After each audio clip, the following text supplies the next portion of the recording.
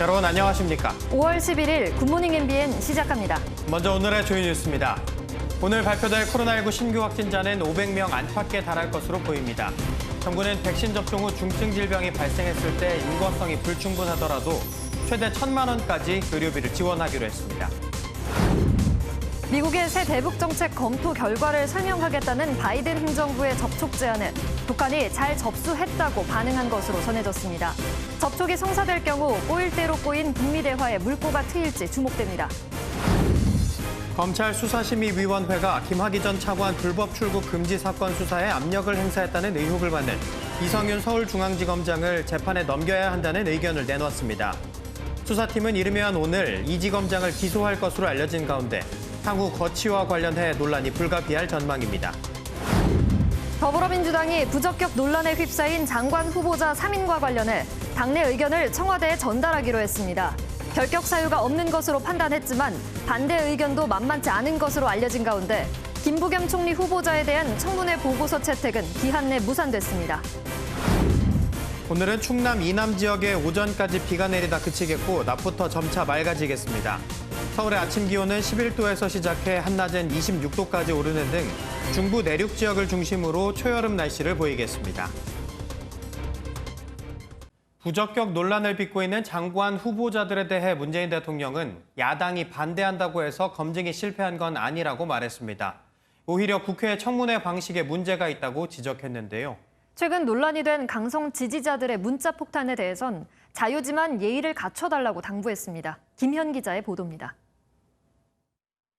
문재인 대통령은 논란이 제기된 임혜숙, 박준영, 노영욱 장관 후보자의 발탁 배경을 자세히 설명했습니다. 야당이 반대한다고 해서 검증 실패라고는 생각지 않는다고 강조했는데 임명을 강행하려는 의지로 풀이됩니다. 국토부 아닌 외부에서 찾으면서 그 정도 능력을 갖춘 분이 과연 누가 있을까? 지금 우리 여성들 진출이 가장 적은 분야가 가계분야. 야당에서 반대한다고 해서 저는 검증 실패라고 생각하지 않습니다. 그러면서 능력보다는 도덕성 검증에만 치우친 국회의 무한주기식 인사청문 제도를 바꿔야 한다고 지적했습니다. 오로지 흥결만 놓고 따지는 그런 청문회가 되고 있습니다. 무한주기식 청문회가 됩니다. 이런 청문회 제도로서는 정말 좋은 인재들을 발탁할 수가 없습니다.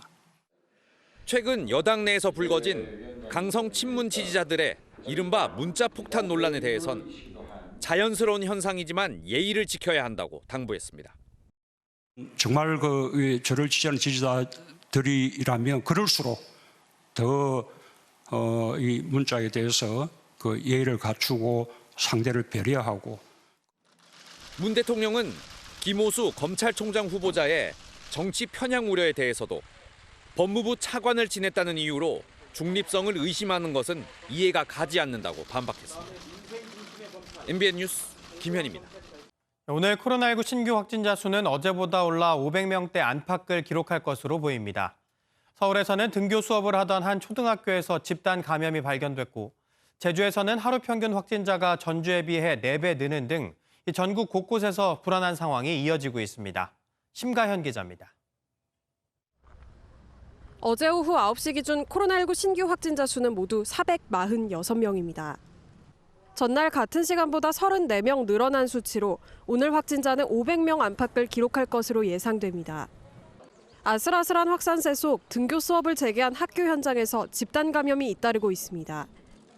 서울 강남구의 한 초등학교에서는 방과 후 교사 1명에서 시작한 감염이 교사와 학생 등에게까지 퍼져 모두 21명의 관련 확진자가 나왔습니다. 확진자들은 정규 수업 외에 방과 후 수업, 돌봄 교실 등 장시간 함께 수업해 이를 통해 전파된 것으로 보고 조사 중입니다.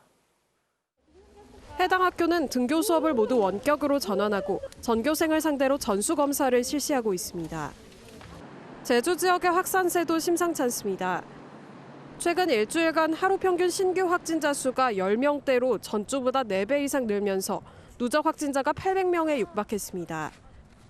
이달 초 대학교 운동선수 확진 이후 노래 연습장과 PC방, 학교 등으로 감염의 고리가 이어지고 있는 탓입니다. 제주도는 추가 확산을 막기 위해 유흥주점과 PC방, 오락실 등의 영업시간을 오후 11시까지로 제한하기로 했습니다. MBN 뉴스 심가현입니다.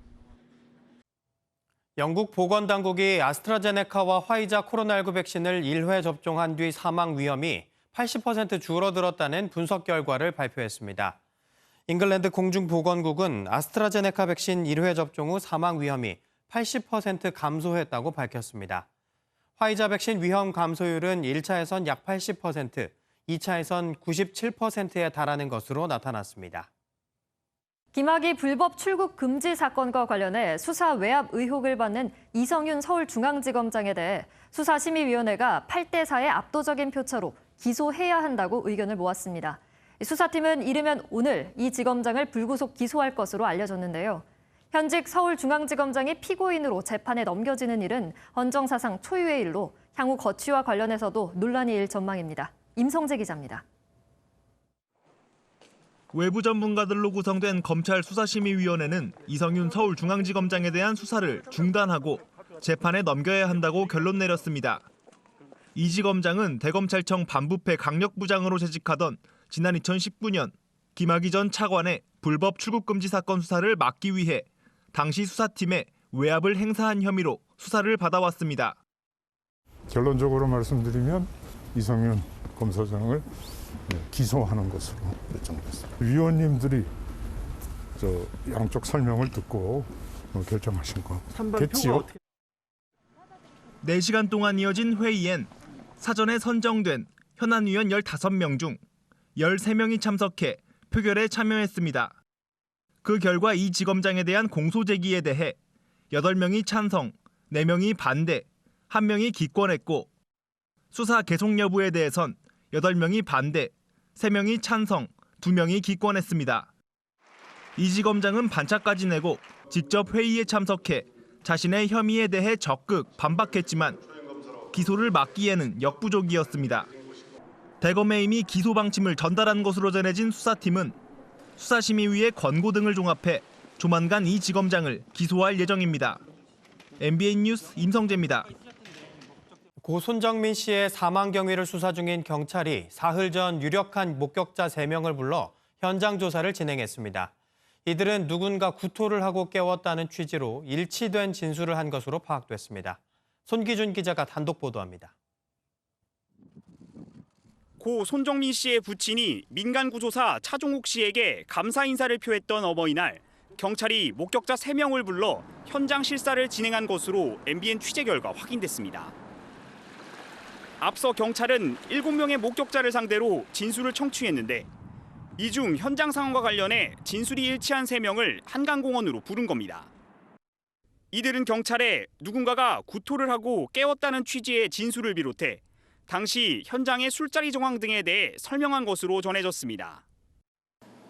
경찰은 동석자 A씨 모친의 휴대전화를 이미 제출받아 포렌식을 통해 당시 동석자, 숨진 대학생 가족과의 통화 기록 등을 분석했습니다. 관심이 쏠린 술자리 동영상의 골든이라는 표현과 관련해선 골든이라는 가수를 언급한 걸로 보인다. 우호적인 상황에서 공통의 관심사를 이야기한 걸로 보인다고 판단했습니다. 경찰은 또 A씨와 아버지를 그제 참고인 신분으로 불렀고 A씨에 대해선 10시간 넘는 조사가 이뤄졌습니다. 고인의 부친은 경찰 수사에 안도감을 표하면서도 하루빨리 의혹이 해소되길 바란다고 재차 밝혔습니다. 행동을 하고 있고 찾으시는구나라는 그 안도감이 좀 들었고요. 말씀하신 동영상 같은 경우도 충분히 포렌식을 통해서 보시고 그 정도로 분석을 하셨으면 어쨌든 이 일을 제대로 하려고 하시는구나. 경찰은 A씨의 사라진 휴대전화를 찾기 위해 민간 수색팀을 동원해 한강공원 주변을 샅샅이 뒤지고 있습니다. MBN 뉴스 송기준입니다. 미얀마 쿠데타가 일어난 지 오늘로 꼭 100일이 됩니다.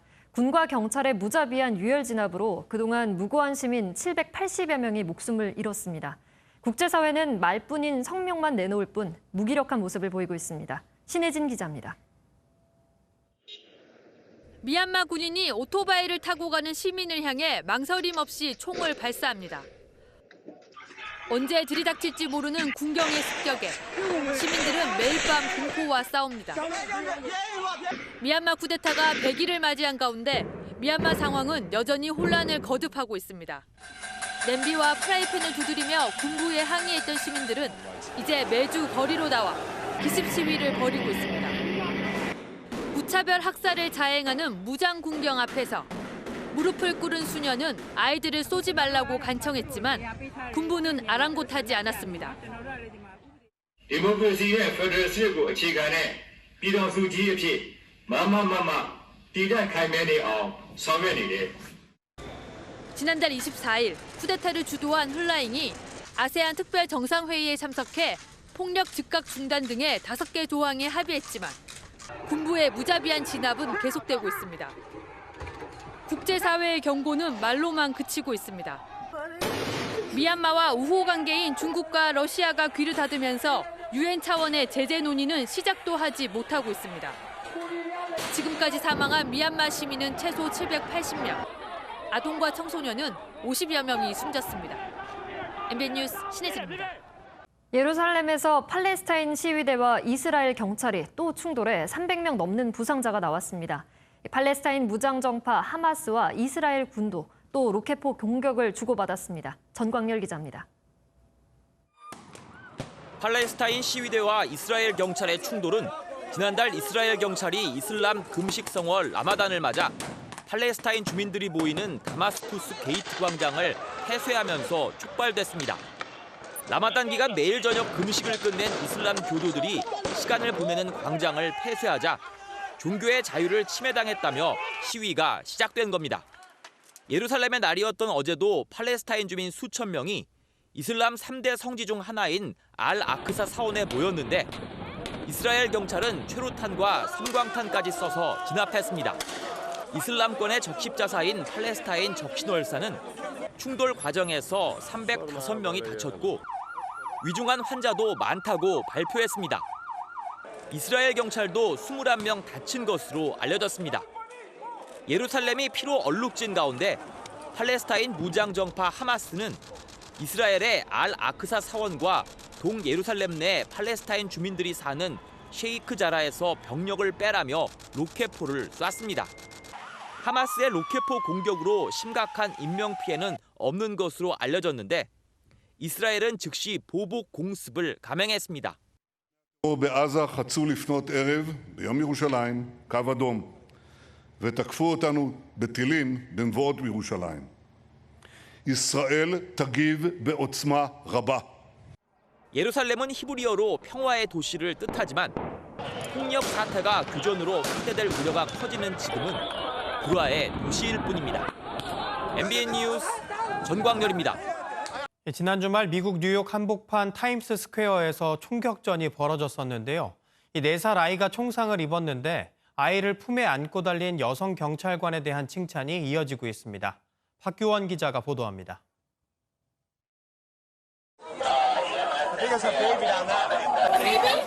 한 경찰관의 손짓에 다른 경찰관이 전력 질주를 시작합니다. 부상당한 아이를 안고 황급히 구급차로 대피시킵니다. 지난 8일 오후 5시쯤 뉴욕 타임스퀘어 한복판에서 총격 사건이 벌어져 장난감을 고르던 4살 아이를 포함해 총 3명이 부상을 입었습니다. 아이를 구한 경찰은 엘리사 보겔. 아이를 안전하게 대피시킨 후 자신도 딸이 있다며 불안해하는 아이의 어머니를 안심시켰습니다. 이날은 어머니 날이었는데 엘리사는 현지 언론과의 인터뷰에서 엄마 같은 본능으로 아이를 도와야겠다는 생각이 들었다고 밝혔습니다. 다른 피해자는 침착하게 대처한 아이를 칭찬하기도 했습니다. Way better than me. She was scared, but she wasn't crying. She was so brave. 경찰 조사 결과 여러 명의 남성이 말다툼을 벌이던 중 갑자기 한 명이 총을 꺼내 쏜 것으로 확인됐습니다. 경찰은 총격이 불특정 다수를 대상으로 이뤄진 것으로 보고 용의자를 공개 수배했습니다. MBN 뉴스 박규원입니다. 어젯밤 서울의 한 식당에서 조리 중에 불이 나 손님이 대피하는 등 한바탕 소동이 벌어졌습니다.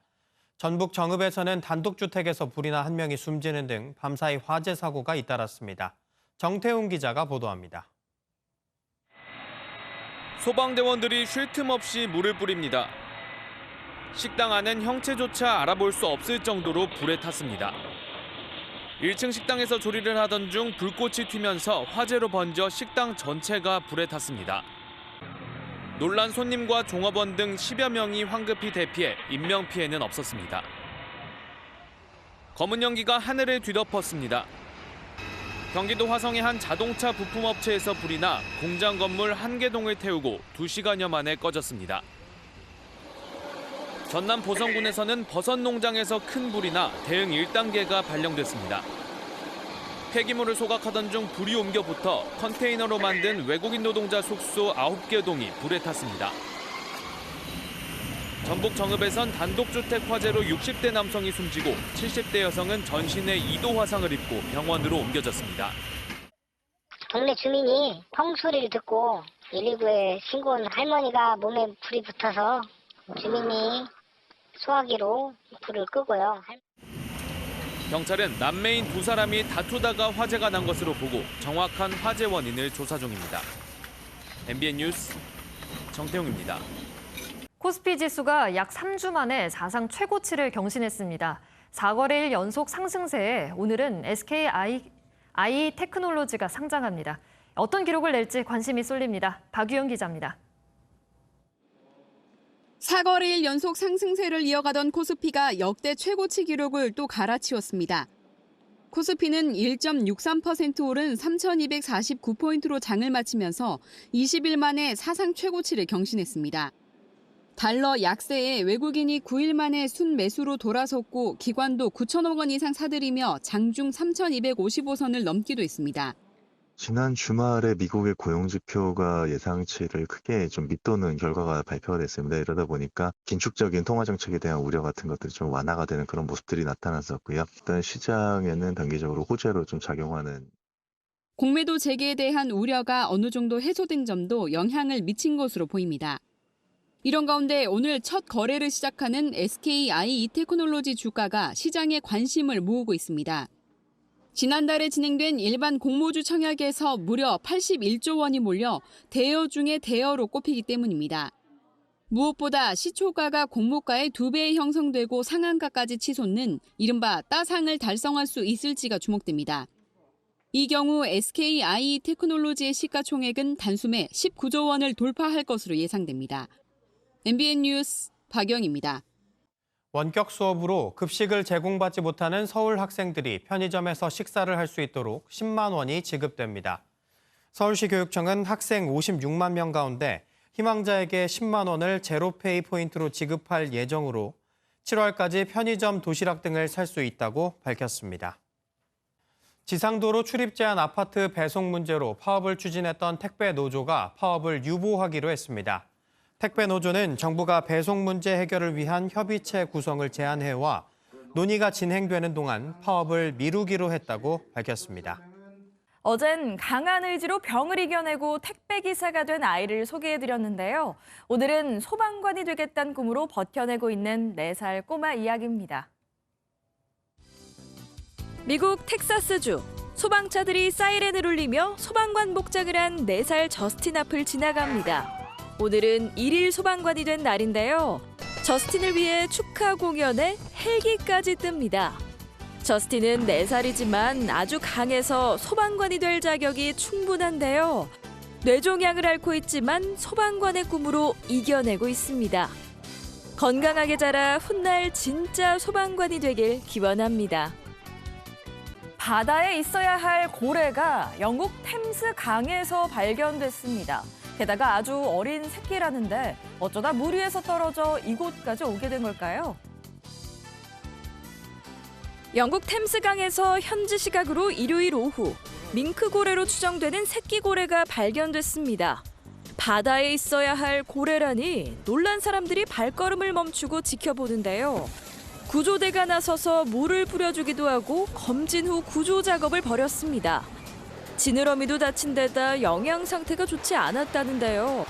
구명보트에 태워 수심이 깊은 곳으로 데려가려 했지만 중간에 탈출해서 사라졌다고 합니다. 원래 최소 160km나 떨어진 바다에 있어야 한다는데 부디 집을 잘 찾아갔으면 좋겠습니다. 이번엔 우리를 탈출한 표범 소식입니다. 아직도 한 마리를 찾지 못했다는데 동물원의 대응이 더 당황스러웠습니다. 중국 항저우의 동물원에서 사냥개를 앞세워 뭔가를 찾고 있습니다. 지난달 19일 탈출한 표범 3마리 중 아직 한 마리를 찾지 못한 건데요. 더 황당한 건 동물원 측의 대응. 표범을 잃어버린 걸 숨겼다가 지난 8일 3마리 중 2마리를 찾고서야 알린 겁니다. 1일부터 시작된 중국의 노동절 황금 연휴 때 관람객들을 위험에 빠뜨린 거죠. 어린 표범이라 공격성이 약해 괜한 공포를 일으킬까 봐 숨겼다고 변명했다는군요. 지금까지 굿모닝 월드였습니다. 종잡을 수 없는 날씨입니다. 어제는 잔뜩 흐린 하늘에 종일 쌀쌀했는데요. 오늘은 언제 그랬냐는 듯 기온이 껑충 오르면서 초여름 더위가 찾아옵니다. 서울과 홍천의 낮 기온 27도로 어제보다 10도 이상 높겠고요. 평년 수준을 웃돌겠습니다. 다만 동풍의 영향을 받는 해안가에서는 기온이 크게 오르지 못하고요. 어제보다 오히려 기온이 조금 낮아지는 곳이 있겠습니다. 부산의 낮 기온 19도가 되겠습니다. 한편 아직도 충청 이남에서는 비가 오는 곳이 있습니다. 오늘 오전까지 5에서 10mm가량의 비가 더 내린 뒤 그치겠습니다. 제주는 내일 새벽까지 5에서 20mm가량의 비가 오겠습니다. 특히 지금 군산에서는 호우주의보가 내려진 가운데 전북 북부를 중심으로는 천둥, 번개를 동반한 시간당 30mm 안팎의 강한 비가 쏟아지고 있습니다. 국지적으로 강한 비구름이 발달했기 때문인데요. 좁고 긴 비구름대는 1시간 안팎으로 영향을 주겠습니다. 오늘 중북부는 대체로 맑겠지만 아침까지 안개를 조심하셔야겠습니다. 충청 남부와 전남 북부는 아침까지, 전북과 경북 남부, 경남 북부는 오전까지 천둥, 번개를 동반한 비가 오겠습니다. 남해안과 제주에서는 오후부터 바람이 강해지겠습니다. 이 시각 기온 10도 안팎으로 시작을 하고 있습니다. 서울 11.3도, 울진 12.1도, 안동 11.1도 가리키고 있는데요. 낮에는 서울과 춘천 27도, 대전 23도, 대구 21도, 안동은 22도까지 오르겠습니다. 갈수록 기온은 오름세를 보입니다. 목요일과 금요일에는 서울의 낮 기온 29도까지 오르겠고요. 내일은 초여름 더위는 주말까지 이어지겠습니다. 날씨였습니다.